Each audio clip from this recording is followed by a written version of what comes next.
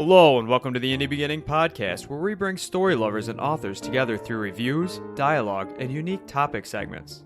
In honor of all of those who have recently graduated high school, and may I say here congratulations to my niece Hannah, we thought we would bring you a thrilling, mysterious tale about a young man just beginning his college career in John Abraham-Watne's Last Man on Campus, as narrated by Marie Kammerer-Franke. Michael Sinclair did not want to attend Malworth University, the smallest major campus in Minnesota. Located in the sleepy western town of Cold River, was never the ideal space to find himself.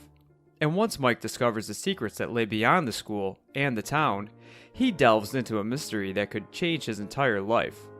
Does he dare become the last man on campus? Not only is this a special episode because it comes from Marie's home state of Minnesota, it is also our halfway mark for the year. We're at the hump.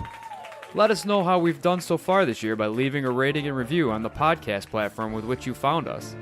Comment on our website, acmbooks.com/indie-beginning, or you can follow us on Facebook and Twitter, where we will also see your comments. What did you like? What did you hate? I have tough skin, and all criticism is a learning tool for us. And now, allow Indie Beginning to introduce you to John Abraham-Watne's indie read, Last Man on Campus. I want to tell you a story about college. It began after my senior year of high school in St. James, Minnesota. If you want a good idea of how small a town St. James is, think of the smallest town in the Midwest you ever drove through, staring out the window and watching its bland borders pass by in 5 minutes. St. James was even smaller. In southern Minnesota farm country, half my graduating class lived out of town and the rest were considered city folk. My senior class was 45 students, the majority of which would never see life outside of the town after we walked off the stage in their cap and gowns. I was lucky, having secured invitations to several of the finest institutions in the state. This included the University of Minnesota, on the banks of the mighty Mississippi, and St. Cloud State. I visited both schools before my graduation, and after much thought I settled on the U as a good enough place to procure a collegiate stomping grounds. That was before my parents intervened. I had a rocky relationship with my parents. It seemed that for everything I wanted in life, they wanted the exact opposite. I wanted to race around the dumpy corners of our small town in a flashy red sedan. They opted for a large, horrendous Oldsmobile, the color of spilt brown paint on a barn door. They said its steel structure would keep me alive, and besides, high school students didn't need flashy cars. I wanted a job at the Greasy Spoon located 20 miles outside of St. James in order to secure employment away from this podunk town. They decided it was for the best if I worked at the crappy discount retail store on the outskirts of the city, a Midwest retail calamity called Pago. My parents were the kind of people that were used to getting their way. My father, Timothy, ran a profitable life insurance business out of the spacious white-painted building on Main Street. Tall and thin like me, he was beginning to lose hair on the peak of his head. He cleared enough money helping our town's families deal with the paperwork of their deceased to take us on week-long vacation every other year. My mother, Elaine, a petite woman who preferred her hair pulled back in a bun most days, worked part-time in the pharmacy located across from the county courthouse. This was a giant brick-and-mortar edifice dating back to the previous century and held a grand set of rusty bells in its belfry. My father told me he came from a long family line in St. James that traced its roots to the days when it was little more than a dirt road and ran through a bunch of wooden shacks and a collection of glass-fronted buildings containing men who would count up the profits of each year's grain harvest. He was accorded a certain respect around town that I never saw given to anyone else in quite the same manner. When I was 6 or 7, I once witnessed my father, in his usual double-breasted suit, pick up the fallen glove of a young woman as we walked on the craggy sidewalk next to the slummy pizza joint on Main Street. He called out to the young woman as his deft fingers pulled at one corner of the silk. You would have thought the Pope himself had done this lady the favor of her life. So much did she say, "Thank you, Mr. Sinclair, and I'm so glad you picked up that glove, Mr. Sinclair. It was a family heirloom." This type of behavior was not exclusive to passing maidens. The mayor oftentimes gave the same deference when we walked up to City Hall some mornings. I'll never forget the afternoon in May when I told my parents of my decision to attend school at the University of Minnesota. I can't erase the look of horror that shot through my mother's sharp green eyes as she processed the news. My father didn't say anything at first, preferring to lean back in the old leather chair in the corner of our sparse living room, toying with the pipe he kept in the stand nearby. The loafers he wore in the evenings jutted out from the chair like a small gray cat's. My mother, wearing her customary blouse from the pharmacy, was first to speak. "Michael, you can't be serious," she said, eyeing my father. "The university on the river? I don't see how you get any studying done." "I hear they party until all hours, and not just on the weekends," my father grunted disapproval. My parents had a general dislike for the way kids at my school would spend their weekends, popping caps off warm beers and cruising the paved main street in repetitive loops. "It's much too big and stretched out over the whole river," my mother said. "Your first year of college should be spent in the books and in classrooms, not wandering all over the place." "Indeed," my father said, clearing his throat with guttural efficiency. "You don't want to get lost all the time. You ought to pick someplace small, like Malworth. It was good enough for me now, wasn't it?" I couldn't believe what I was hearing. Malworth University was the smallest institution of higher education in the state of Minnesota. It was located in the Cold River, a town 3 hours northwest of Minneapolis. The city's claim to statewide fame was to have it stationed within an otherwise unremarkable museum, the largest potato chip on record, found by some unsuspecting toddler in the 1980s. The entire town had been razed in a climatic flood during the Depression, losing much of its population in the tumultuous rebuilding period. Its population was a mere twice that of St. James. A Minnesota guidebook's description of sleepy was an understatement. On the day trip my parents forced me to take there in the spring, I witnessed several people in tattering clothes lying on the park benches that lined the divided road leading to the school, their heads listing along with a slight wind that seemed to blow at all hours. It was a city that kids in my grade spoke about in hushed tones, considering it once the lamest and creepiest choice for post-high school life. In short, it was the backup choice for those 20 students in my grade lucky enough to be moving on to higher education. My father never concealed the fact that he had attended this pathetic excuse for university back in the 70s and how much it had taught him about the world. Besides this fact, my parents were also footing the considerable bill for my first year of college expenses, and so had the choice in their hands. In the end, it was just one more decision they got to make for me. "The decision is final, Michael." My father's booming voice echoed off the paneled living room ceiling, ending this discussion after a few frivolous minutes like all the others. But this time it sounded different. It was as if his voice had dropped an entire octave. I had never heard him speak like this.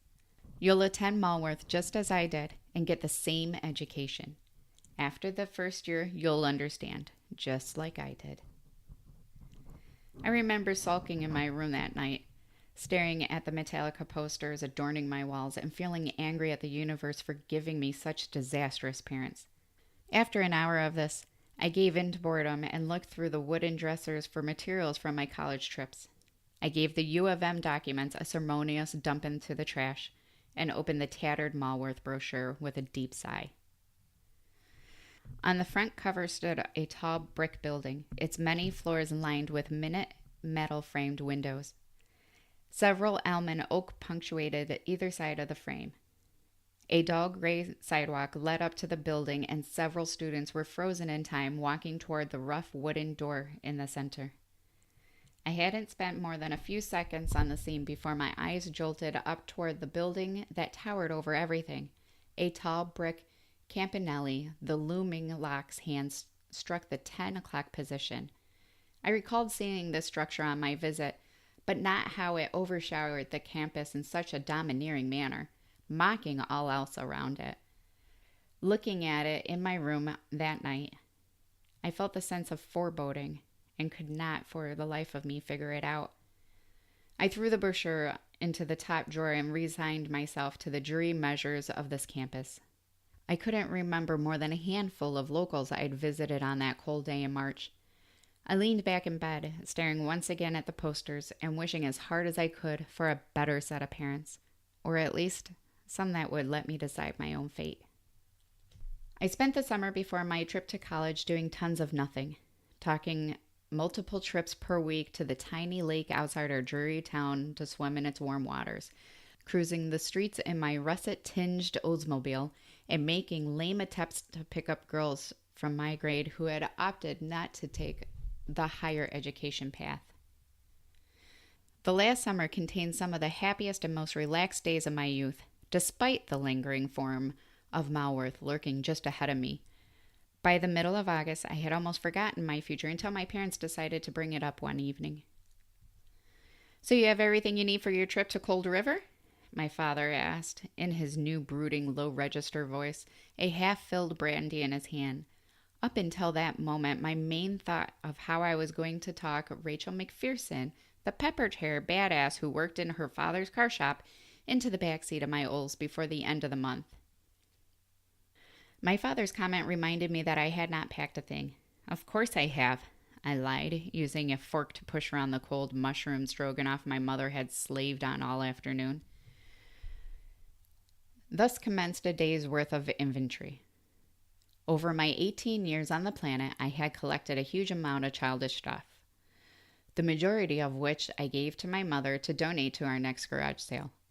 After rummaging through several plastic totes of old possessions, I got down to the necessities. This included a selection of nerdy clothing I figured I would be just ironic enough to get me noticed around the small campus. Besides the basics, such as toiletry items, I also conspired to bring an ancient stereo my parents had bought for my 16th birthday in an off chance that my roommate in the dorms would have no venue for playing music at an unhealthy volume. The giant box my mother allocated for this trip began to fill with odds and ends from my room. A model airplane I'd built when I was 8, a small box of Lego bricks I convinced myself I'd need if I was bored, a collection of books I thought might make me look erudite, a pair of dusty workout shoes that needed a good cleaning. I also gathered an assortment of pens and notebooks for my desk. My parents were renting a moving truck to bring along the dark black futon I had cooped up on the side of my bedroom, as well as a tiny mattress for the bed frame we found through various inquiries in the local paper. As I packed, my mind kept turning over to the events of my trip to Cold River in March. I'd done the usual tour thing, walking part of the campus and paying a visit to the registrar's office. There, a kind old woman who looked somewhat like my grandmother took down my name and information.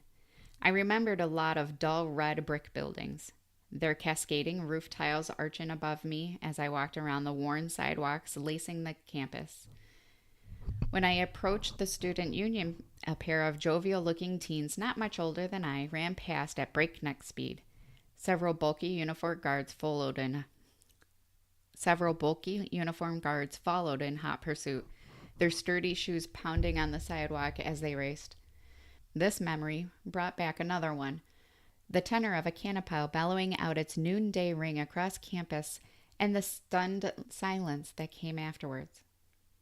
No one in my immediate vicinity made a sound until the bell tower reached the zenith of its rings. No one even seemed to move. I looked down and realized the cardboard moving box was full. The week before the trip to Cold River, I tied up all loose ends I'd been floating in the wind during my last summer of freedom. On Wednesday, I said goodbye to the best friend I'd had up until that point. Ben Mosey was lean, bespectacled kid with cropped blonde hair who grew up a few houses down from me. His wardrobe consisted of striped polo shirts and black jeans, both of which attended him this evening. We stood in the middle of a small patch of asphalt and sidewalk where we meandered during our high school summers. We dubbed this outpost the Little Square, but it had so many names before we came on the scene. Mosey was matriculating to St. Cloud State, about 2 hours from Cold River. We bullshitted about the last few months of our high school lives while we watched our fellow classmates circle the area in their various beat-up vehicles. Going to leave on Monday. The parents are already freaking out about me being gone for a whole year, he said. The drawl from a family of plains drifters was concealed under his voice. Mom knows I'm coming back for Thanksgiving, for Christ's sake. At least you got to choose your school, I said, leaning against the rusted hull of the Oldsmobile. I stared at the translucent windshield as a large grasshopper crawled its way up the glass. That sucks, man, he said. They ever come clean as to why? I figured they wanted me as far away from them as I could get. Cold River's at least 4 hours as the... How's that go? As the doves fly or some shit. Plus my old man went there and thinks I need to do everything the way he did. I wish the college wasn't the tiniest in the fucking state. Nobody else from our class is going there. Mosey laughed, which turned into a hoarse cough in the still air. The kid had smoked cigarettes since he was a freshman in high school, just like his father, who drove trucks for a living. His large glasses caught the shine from the single lamppost at the far end of the square. You'll have to visit St. Cloud, man. I'm sure there'll be some killer parties that first week. Yeah, that you won't know about, I cracked back. To be honest, that's what scares me, not knowing anyone. I mean, at least you have a few dudes from our class joining you over there. I got nobody. I thought Claire Brooks was going to Malworth, Mosey said. She's easy on the eyes. Yeah, but something came up, I replied miserably. Said she couldn't get the college experience that way. But I think her parents didn't want her going there for some reason. Oh, damn, he said. Will you still have a good time up there? You'll make friends. Yeah, sure, I said in my gloom tone. It's so easy. And hey, you ever get bored? You just call me. Like I said, I'm only 2 hours away. I may take you up on that offer, I said, swatting away the grasshopper. Like immediately. When the night was over, I pulled the Oldsmobile out of the parking lot to make one last circle out of town, then headed to my parents' domicile. I was still pissed they had vetoed one of the biggest decisions in my life. A more mature voice in my head, one I thought was waiting for my college years, said they were doing what was best for me. My 18-year-old self called bullshit on that as I walked up the stony path to our house. My father loaded the final thin desk lamp in my possession into the moving truck. Make sure you don't drive too far ahead of us now, he said as he wiped a few glistening strands of sweat from behind his glasses and stared at me. It was the last Friday in August, a scorcher that had set heat records by 8 o'clock that morning. Don't worry, Dad, I chirped. It's not like I haven't been there. The route is so memorable, I'm sure I'll recall every haystack and empty shack. Don't be a smart mouth, my father said, ramming down the metal door of the truck with a solid clang.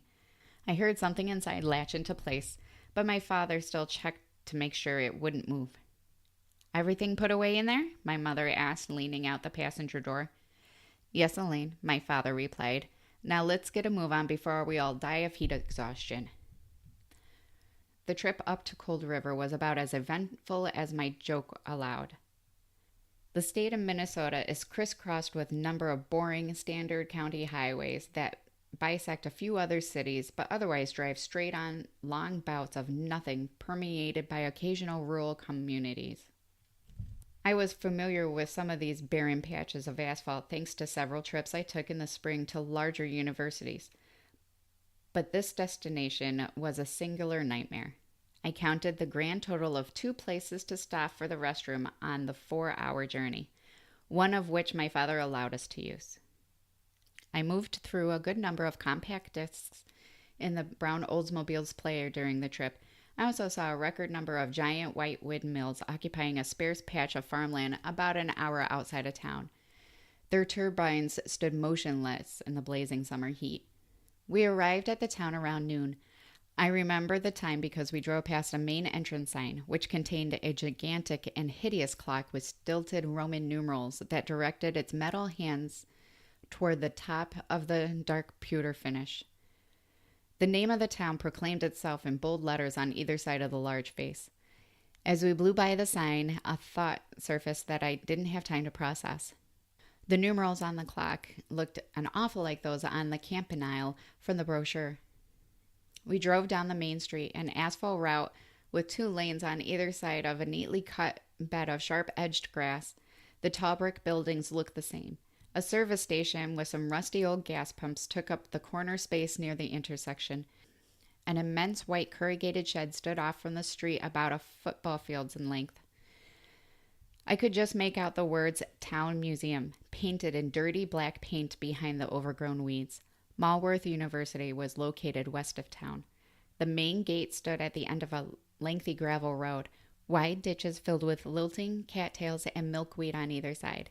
A huge metal gate loomed over the road, announcing the name of the school in bold, arching letters. A plaque inset into the brick portion of the gate contained the founding year that belonged to the 19th century. I tilted the Oldsmobile through the entrance, the moving truck pacing behind me. The campus itself was intersected with small paved roads and tiny signs announcing speed limits, not much faster than walking. Here I first saw the crowds. They were everywhere. Tons of students who looked about my age. The fact that they were lost etched into their eyes even as they walked with confident steps across the sidewalk. Each kid was followed by an appropriate parental unit, and sometimes by more than one. They too had the harried and stressful look I was sure to see on my parents' faces the moment we parked. One kid with ripped jeans, a black t-shirt, and some band from the 70s on it, and a dumb grin on his long-haired face almost walked right in front of my car. I gave him a brisk honk and continued on my way. My parents tailed behind me. I saw the first of many stone-fronted lecture halls, its slanty, dingy tile roof snaring down on me as I stared in the bright sun. My eyes dipped behind it to spy one of the dormitories. I could just make out the tarnished silver metal words protruding in bold lettering from the silver brick framework. Schuster Hall. I parked the Oldsmobile in what I assumed was guest parking, as it had no distinguishing signs. My father wrangled the moving truck a few spots down for me. He released an epic sigh of pent-up frustration as he exited the vehicle. "Some commotion here today, huh?" he said without a trace of humor. "They all want to get into good classes. You should too, if you know what's good for you." "Boy, it's hot out," my mother said from beside the truck. Her puffy hair stuck out in weird angles from the humidity, and she struggled to pull it back into place. We continued on foot to the registrar's office. This building possessed the same impending, worn look of an institutionalization, but had many modern windows. Once inside, I remembered learning my previous trip that the entire building had been remodeled and contained nary a trace of what must have looked like many years previous to my arrival. I didn't see the old woman who reminded me of a skinny version of Graham, and had taken down my information on last visit. We approached a distressed-looking woman holding down the smallest of registration lines packed with newbie students and parents. She wore a dark pink shade of lipstick that did not match the green frames of her eyeglasses. Her dark chocolate hair seemed to be stretched back further into her skull than should have been possible. "Welcome," she said with the same glassy-eyed look she had given every student up to this point. "Are you here for orientation, schedule, or to register?" I had managed to fill out my registration documents and had sent them into the school around the middle of August, one of the few actual accomplishments of my life during those brief summer days. I told her I was here for orientation and scheduling. She handed me some paperwork about my living situation along with a small set of worn dorm keys, which I looked over before tucking into my pocket. The rubber key holder felt odd against my leg. "All right," the woman said. "Marcy will take it from here. Next?" The woman stood up from behind her glass-enshrined desk and walked over to our side of the building. There she opened a plain gray metal door beside which read the tagline, "Computer Lab." The title belied the actual contents of the room, which were 5 bland, boxy computers, each with a student huddled before it typing a brisk pace. I got a turn on one of the machines after about 20 minutes of waiting, and next to no communication with my parents. Given that I was a freshman and had little idea what my course of study ought to be, I looked around at some extracurriculars before settling on basic cycling course for my physical education requirement and Western civilization for the humanities. I had 1 extra hour to fill, so put in creative writing. I had a few stories written outside my classes at St. James High and thought they could be of some use. I rounded out the schedule with biology and statistics, two subjects of which I had almost no knowledge. I printed out a copy for myself and my parents.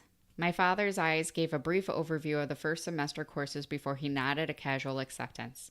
"Ah, humanities with Professor Deacon," he said and slapped my back. "You'll enjoy his lectures when they're not boring you to death." Marcy instructed that our next step would be orientation. This was held in the Grand Gymnasium building across from Registrar.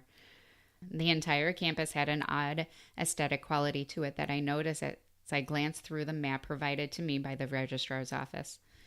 The old lecture halls were laid out in neat, perpendicular fashion. No building seemed out of place, save for the campanile in the center and the tiny shack in the upper right-hand corner. It had no label on the map. A vague oversight when given every bathroom facility, laboratory, and dormitory had been itemized. We headed to the auditorium, a cavernous edifice that overshadowed the other monstrosities on this campus with its sheer height. Other bright-eyed freshmen began to surround us, their parents walking a few feet behind and staring at the looming distraction before us. The nearest kid, who didn't look much older than 16 and had long, shaggy hair, gave a smarmy glance at his parents as he passed. I pulled the bronze handle on the giant oak door, and we walked inside. The smell of ancient musk and the carcasses of bugs splattered over decades hit my nostrils. The ceiling looked as black as the night sky. I swore I could even see stars shining in the upper recesses. When I looked back, they were gone. We took our seats on the rickety wooden chairs. The dull pine of a basketball court lay beneath our feet. My chair let out an agonizing crack of wood as I sat down, but it all seemed to hold. "So what do you think?" my father asked, looking up at the darkness with a strange downward tilt in his voice. "It's such an old campus. A lot of history here, you know. Brings back a lot of memories." I gave an uncaring shrug for my answer, and at the moment, the history of the stupid school where I'd be forced to spend the next few years was the last thing on my mind. The first thing was the distinctive lack of female presence. It wasn't so weird to keep a running tally, but on our pedestrian jaunt from the registration to the scheduling to here, I remembered only a handful of women. The rest were guys my age. I didn't remember seeing anyone who even looked above the age of a sophomore. "This building in particular is amazing," my father said in a low voice. He wasn't looking at me. "Back when this place used to be more doctrinal, they used to hold services right in this room." I had stopped paying attention by this point. My eyes were stuck across the room at one of the few girls. She had short locks of brunette hair and salient bright eyes that stood out from across the universe of darkness and students. Her skin had a milky complexion that indicated a life not enjoyed outside of every day in the summer. Her eyes darted around until they held mine for a brief moment, and then looked away before she sank down into the mass of youthful faces. "They even had to outlaw that practice in 1899, my father said, still droning on without notice. "Some say they still perform it once in a generation, though, for old time's sake." "Oh, yeah?" I said, doing my best impression of his voice. "Sounds neat, Dad." I was aware of his stern, glasses-encompassed glare heading my way. "I was talking about the rituals they used to perform here, son. Nothing to joke about. The order has, of course, cleaned up since those days." I had enough time to register what he was saying when a booming voice enveloped my ears and echoed off the false night sky above. A tall man with rumpled gray beard stood at the podium at the front of the auditorium. Dark blue and purple robes swirled around his feet as he lunged for the microphone. He cleared his throat into the amplifier, and the hall fell silent. "Welcome all new students and their parents." His dusty voice pierced any remaining noise within the large room. "Welcome to Malworth University. I trust most of you have completed your registrations and scheduled your first round of classes. If not, kindly make your way there and return for the afternoon version of my great speech." A handful of confused-looking students stood up with their parents and ambled back towards daylight. The mysterious speaker watched them leave in silence before speaking again. "Now that we've cleared that up, I want to say a few words about the monument to a personal betterment of education you each have made a glorious decision to attend. I glanced at my parents as he spoke. My father was watching with rapt attention. The old man wore a tri-corner hat that matched his robes. Purple scarves adorned either side of his shoulders, and his beard edged the top of his chest where his mouth opened. Malworth University, he said, the place where so many bright shining lights of this state attended. Did you all know that the great F. Scott Fitzgerald himself had a fellowship here for a while? Mary Tyler Moore spent a year here as an undergraduate. And I even heard Dylan played a secret show in town once. I'm sure each of you will add your own special light to this place in time. I'm here today to talk about this school, its history, and why you made such a great choice. You see, the great Edmund Whitaker founded this place back in the 19th century as a place of spiritual enlightenment and edification. Why, even the very building we sit in today used to be a place for holy rituals. People would come from miles away to participate in the cleansing rites of the day. That notion worked for half a century until people started getting tired of it. His face was starting to become familiar. The way his eyes twinkled when he moved his fingers to make a point unnerved me. The Whitaker family started losing control of their property rights. This was a battle that would continue for the next few years. His eyes trailed up above our heads in wistful manner. But where was I? Oh, yes. How this place came to be a school for all of you to attend. Around the middle of the 20th century, those who owned this ground decided the best way to attract new people is to educate them. So up went many of the newer buildings you see around you, and some top minds of the state were hired to teach. What is Michael Sinclair to make of the school that he has just joined? Is there something to the history his father had hinted at? And what about the female students? Where are they? Last Man on Campus is available on Amazon. This episode has been brought to you by Shirts by Sarah. Head over to shirtsbysarah.com and get your original tee for the next big outing you have. Music found in this episode was performed by Kevin MacLeod and is titled Ghost Dance. The In the Beginning podcast is an ACM Books production. All readings were done with the permission of the author and performed by Marie Kammerer-Franke. I am your host, Benjamin Franke, asking everyone to read more books, be the best possible you, and to simply enjoy this wonderful life. Thanks for listening.